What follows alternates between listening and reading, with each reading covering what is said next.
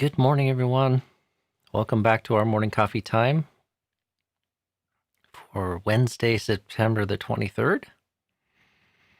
How is everyone?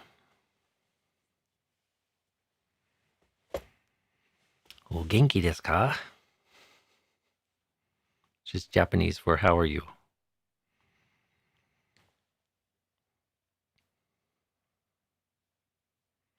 Things are well here at the Hermitage. Many things on today. One of them is preparing for a good soaking. We have some rain in the forecast for the next couple of days, which is just in time with the arriving of fall. And with all the fires we've had recently, a welcome blessing.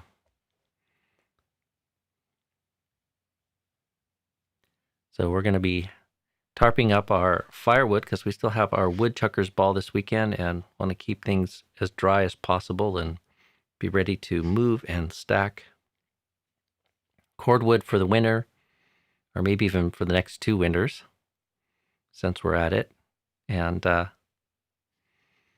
then get everything tarped up and ready for the rain, as fall has begun.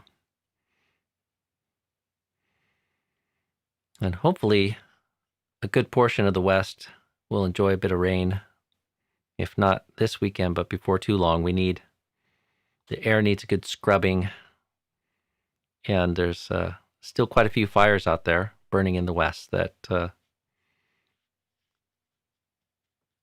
could use some dousing. So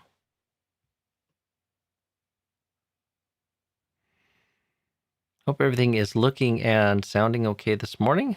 I see a few people giving me the sign, the double thumbs up, so that's good to see.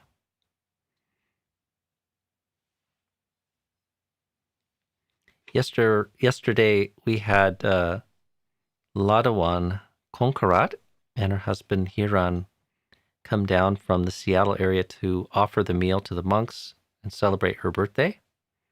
Ladawan is the one who organized and made up the masks, the 10th anniversary Pacific Hermitage masks. And she's here this morning, like many mornings. So it's nice to have a visit from them and receive meal offering. And both myself and Ajahn Sudanto gave a little awada, or reflection, for her and her husband. And they brought another ornamental maple and planted a beautiful little tree near the small Buddha image that Greg and his wife, who are often here in the morning, offered to the Hermitage before it even existed in its present form. Back in 2007, myself and Ajahn Sudanto were invited by the Portland Friends of the Dhamma to come and spend the summer retreat period up here in the gorge. And we had our first little impromptu Hermitage over in Mosier, Oregon that summer. And Greg and Adrienne offered this beautiful little, I believe it's a Burmese style Buddha Rupa, or Buddha image. And it sits just outside the Hermitage house, looking in upon us. So we planted a nice little tree yesterday that Ladawan and Hiran brought down just behind that.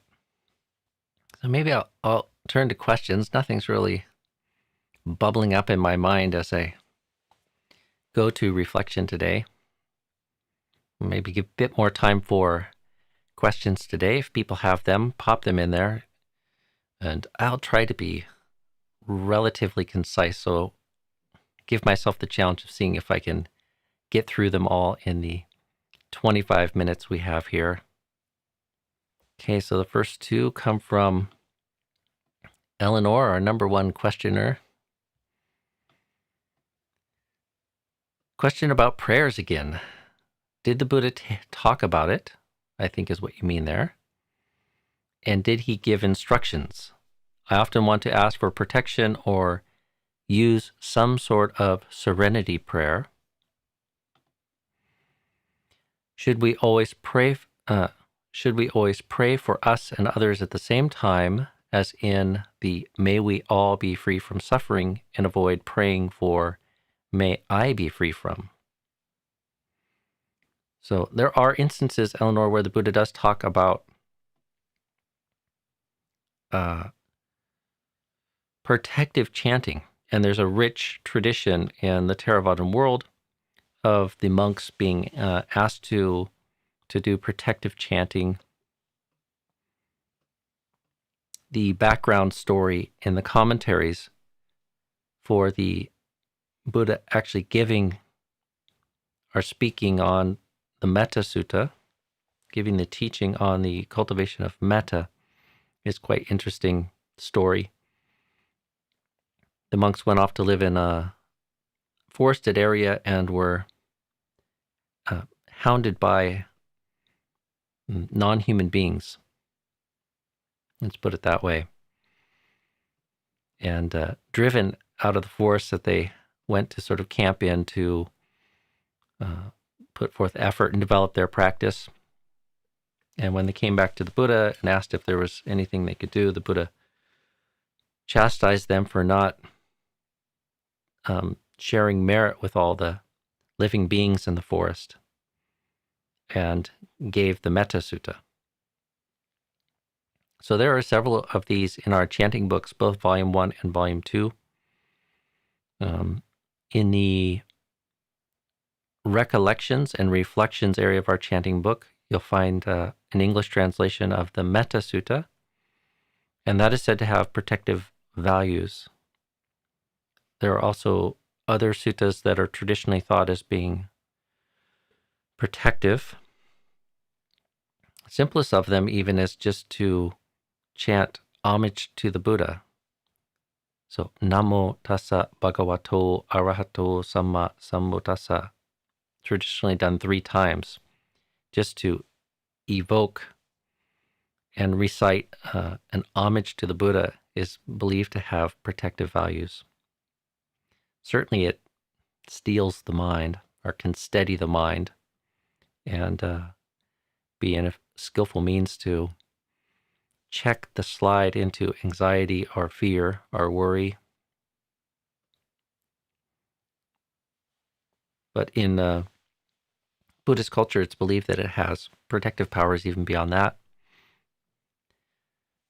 In Volume 2 of our chanting book, there are the auspicious chants, or the parita chants, and many of those have been used traditionally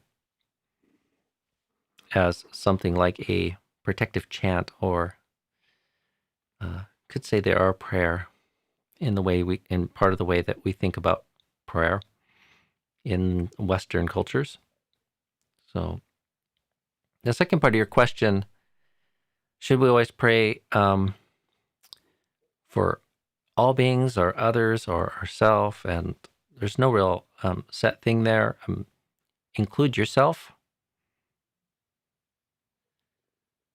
But it's skillful sometimes to arouse the feeling of loving kindness, sometimes to bring various beings into mind, especially someone that we quite naturally feel goodwill towards.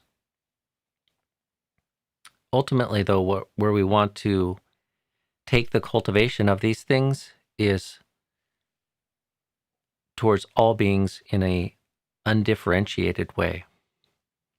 Now, that's a very tall order, but ultimately, we want to just be generating goodwill and good wishes for all beings. And a lot of the metta verses that are used traditionally oftentimes are elucidating different beings, or raising different beings as targets of generating the good wish, as I call it.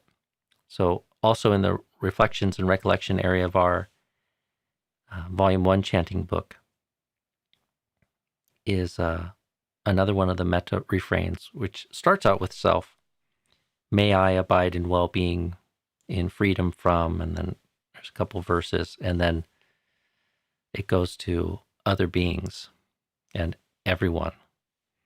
So by all means, include yourself and radiate out to everyone. And cultivating those practices really can be quite centering and soothing, in addition just to being a form for developing loving kindness. One of the benefits of developing loving kindness is it does create a sense of safety and well-being in oneself and lessens the drift to states of fear and anxiety.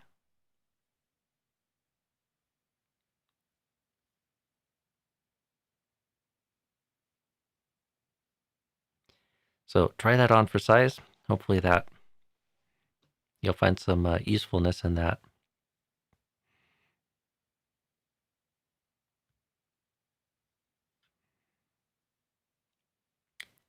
Ajahn Sumedho talks about conscious awareness. Ajahn Sumedho talks about conscious awareness as the only constant there is. Everything else is subject to anicca. What about when we sleep? Are the moments in between birth and death?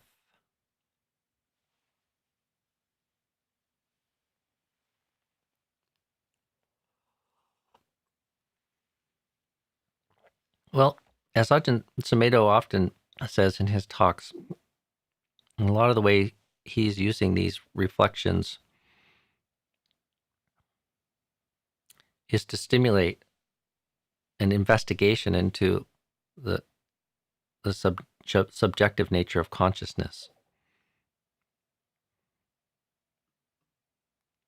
I mean, in Buddhist theory, if you examine the Pali Canon, it's not said quite in that way. Conscious awareness is constant.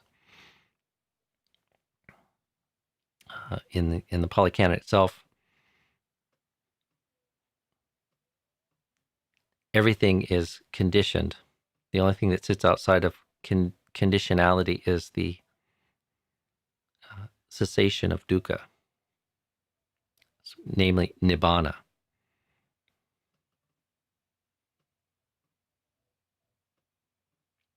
But in subjective experience, there's this pervasive conscious awareness that one can recognize, and that's a great theme in Lumpur Sumedho's teaching, especially how that sits juxtaposed to the various arisings of self and identification and the various arisings of different mental states. So happiness arises, and typically we're identified with it. And the attention is on that which has arisen, and we're not all that skilled in noticing these as discrete states that arise and cease, and that are anicca, dukkha, and anatta. And in particular, we don't notice that whether for good or for evil, whether pleasurable or unpleasurable, liked or unliked, all these things arise and cease, and they arise and cease in this space of conscious awareness. And the recognition of that opens up a whole different way to understand the experience of mind and mentality and consciousness. And in particular, it opens up a whole opportunity for a way to relate to our conscious experience that is more free from suffering.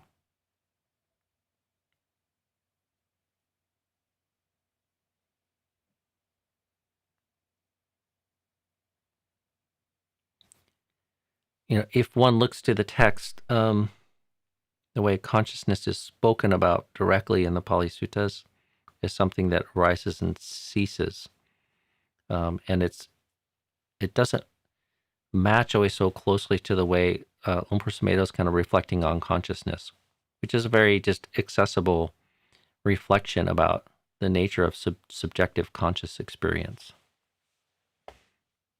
So, don't know if that helps SGB, but hopefully that's something for you to investigate and reflect on.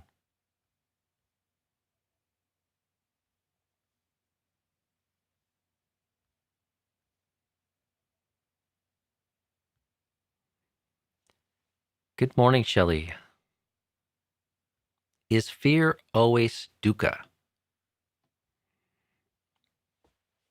Yeah, fear is an emotion or a state or a defilement that is dukkha. So there's no such thing as fear not being dukkha.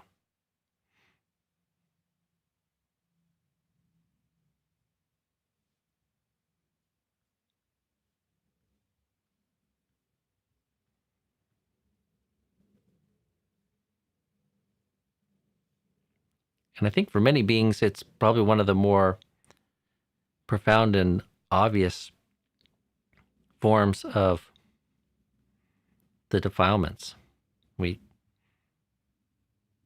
One of the main groupings in the teachings is greed, hatred, and delusion.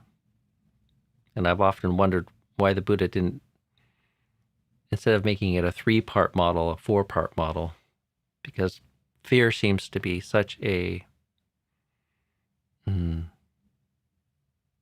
large part of the experience of living beings in the human realm and the animal realm, which are the only 2 realms that I have any direct knowledge of. I oftentimes think of this as a fearful realm. And in observing animals, it's living in the forest and observing animals on a daily basis. Fear and anxiety seems to be a huge part of their conscious experience. Dear Ajahn, is Vipassana and anapana practice the main technique for the purification of mind, or are there other effective techniques as well? Well, Samrit, Vipassana is not a technique if one looks to the Pali Canon. Vipassana, insight, is the best translation for that, I think, is the byproduct of cultivating the Eightfold Path. So Vipassana is the cultivation and development of wisdom. So it's a resultant rather than a technique. It's in this day and age, it's kind of a bit of a brand for various meditation techniques. So it causes a bit of confusion, but I don't think of it as a technique. I look a little bit more to the way the term is used in the Pali Suttas. Anapana, shorthand for anapanasati, sati of in and out breathing, or mindfulness of in and out breathing. This, I wouldn't say this is the main technique for the purification of the mind. The main technique is the cultivation of the Eightfold Path, which is a development of view and speech and behavior and mental cultivation, including techniques, including mindfulness of breathing.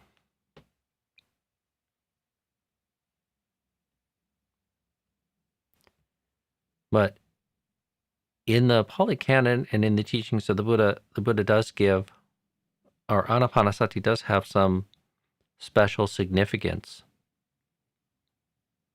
So it is the meditative form used by Buddhas, and it's also one of the meditative forms that the Buddha said is suitable for all.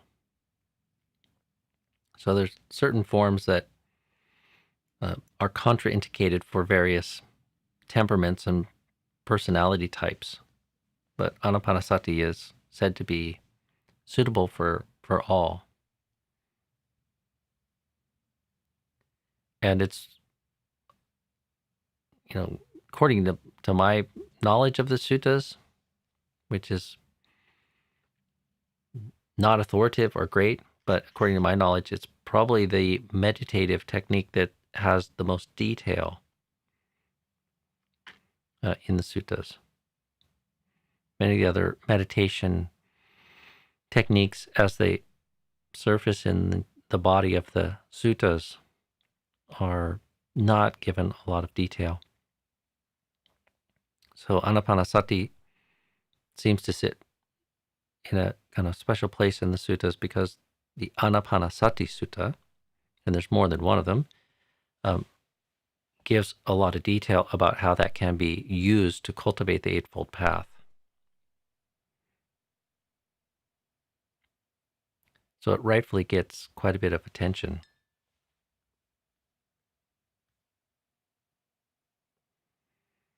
Good morning, Jana. How to deal with / not respond to or react to or to protect from hate coming at one from angry persons. Yeah, this is a challenge. Hopefully we have a storehouse of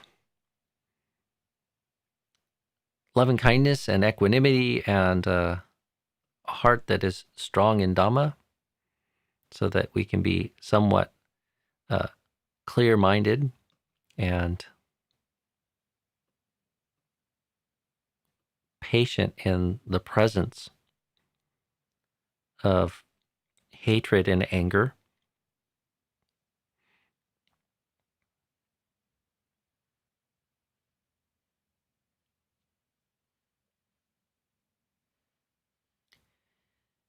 If we've cultivated the practice and reflected a lot on the danger that exists in hatred and anger, the harm that exists in those mental states, hopefully we have the clear-sightedness when in the face of it that we don't immediately just kind of contract to relating to the experience through the lens of self and others and feel it as some sort of over-personalized challenge. I mean, I find it very helpful if I can have some sense of mindfulness that this other person is suffering and they're harming their self and generating the conditions that make it more likely for me to harm myself or for others who are engaged in, exposed to this anger and hatred, to create bad karma and to create second and third responses of hatred and anger and harm to self and others.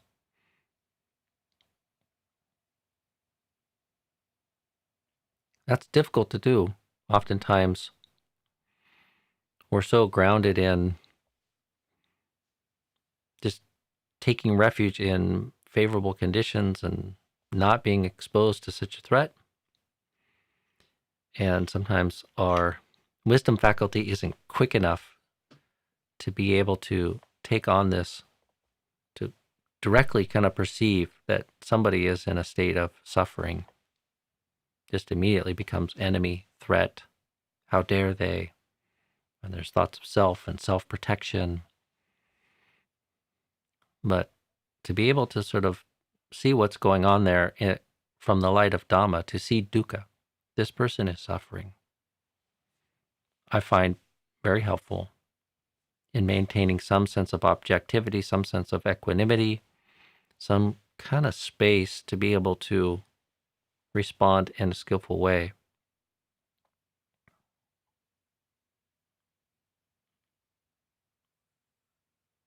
And then being sensitive to and heedful and determined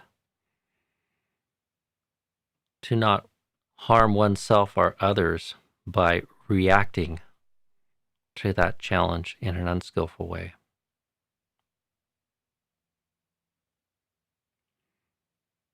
So, as we become students of dukkha and students of hatred and anger and just how harmful it can be, how toxic it can be, hopefully we've developed a real sense of cautiousness and heedfulness around it. Almost like a wholesome sense of fear of the harm that it can cause.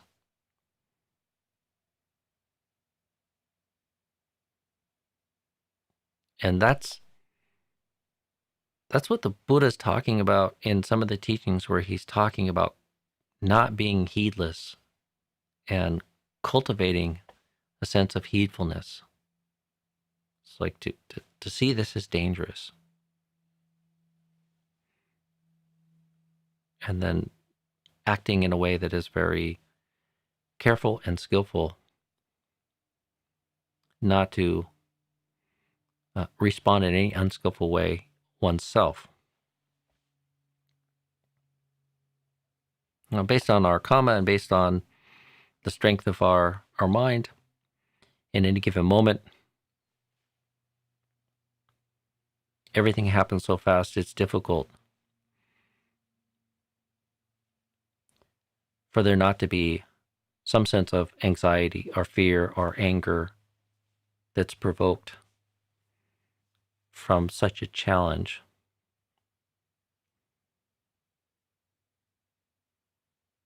But hopefully we have enough mindfulness and sensitivity that we quickly respond with our best efforts to resolve that, or at least protect and guard against that feeding some more pernicious or dangerous response to the challenge of facing angry persons or hatred. So maybe you yourself are provoked and you feel angry, but to guard against thinking in ways that will intensify that, guarding against speech, and most importantly, guarding against acting on that anger.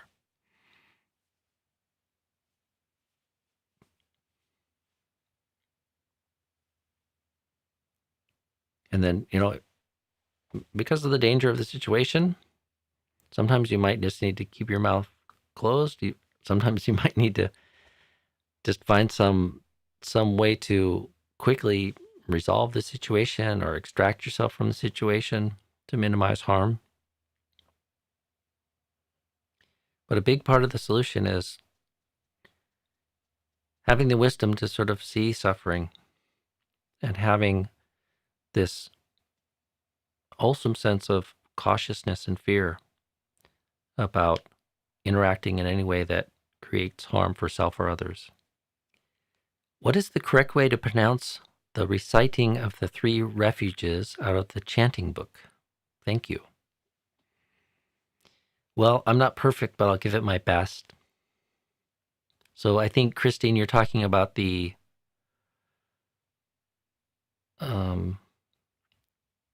well, when we chant the 3 refuges, one, we start with Namo Tassa, And probably one of the main tips that I would give someone for correct pronunciation is to notice that there are short and long vowels. So not mo is not na mo. It's not it's a. So not mo, not mo. And then there's o, and there's, which is o, and there's o. So the long vowels have a line over them in our chanting book in the Romanized form, and the short ones don't. And look to the back to the pronunciation guide to refresh your mind about those. So that's one of the main sort of tips in getting the pronunciation and the rhythm right. And I think the other main tip that I give people, if I could just give you two recommendations for getting the pronunciation a little bit better, is to honor the fact when there are double consonants, like a TT or a DD or a TTH or and a DDH. It's a little tricky in the Romanized because we see DH or TH as two letters, but that's really representing a single poly consonant that is aspirated. So there's a little puff of air after the d. So there's like a hard flat D, which is d, and then there's d. So there's a little puff of air there. When you see these double consonants, make sure you pronounce both of them, and that will create a stop. So namo tassa, both S's are pronounced. Namo, it's not namo tassa, it's namo tassa. Namo tassa, namo tassa. Bhagavato, arahato, samma, both M's. I believe there's two M's there. Sambuddhassa. Namo tassa bhagavato arahato samma sambuddhassa. So that goes 3 times. And then Buddhang saranang gacchami. Dhammang saranang gacchami. Sanghang saranang gacchami. So I go to the Buddha for refuge. I go to the Dhamma for refuge. I go to the Sangha for refuge. So hopefully that helps. Also notice in there's like in Buddha Dhamma Sangha, there are some of these aspirated consonants. So Buddha, Dhamma, Sangha. So that's a couple pointers for you there. Hopefully that helps out.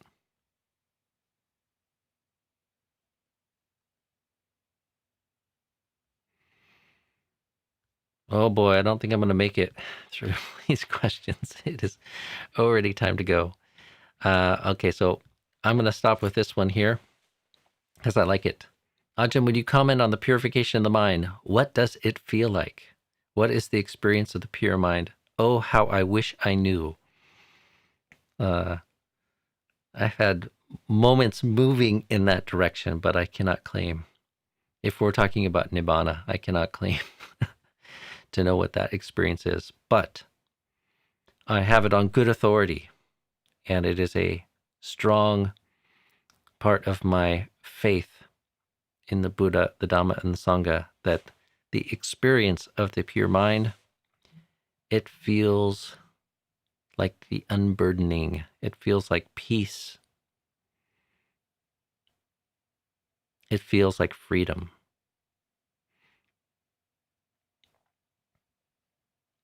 It is the ultimate cessation of any sense of burden.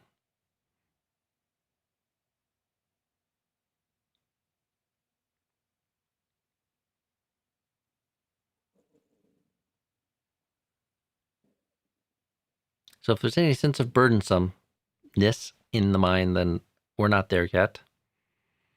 And if the mind doesn't feel free, but that takes some study and some practice to kind of really get us our sense of what we might mean there by freedom, doesn't it? So anyways, I'll leave that as a little reflection on your question there. I apologize for the rest of you, but I do have to get on with my day. So if you have time, come back tomorrow with your questions and we'll deal with them then. Until then, be well, everyone. Guard your mind well. And may those beings be free from animosity, free from oppression, free from trouble, and look after themselves with ease. Those people stuck in hatred and animosity, especially. So be well, and we'll see you all tomorrow.